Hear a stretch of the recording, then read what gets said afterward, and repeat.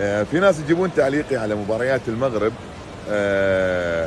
خصوصا مباراة المغرب والبرتغال، لما يقول طالت خلوها ما ادري شنو، ويضحكون علي انه يلا خلي المغرب تنفعك ويلا ما ادري ايش، وينهم المغاربه وطلعوا المغاربه واشرب يا خليل.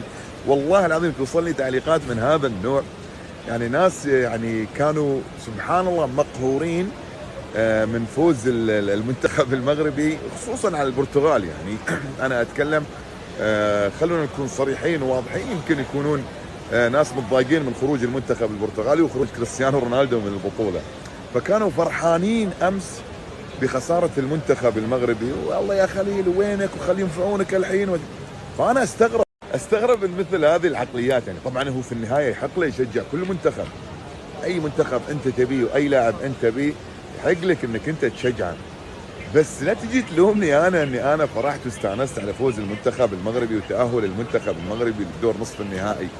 طبعا انا اتكلم عن يعني البعض، وهذا البعض نسبه قليله جدا، لكن دائما يعني في بعض الامور اللي هي خارج.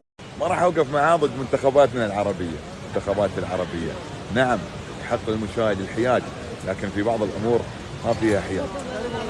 لحظة.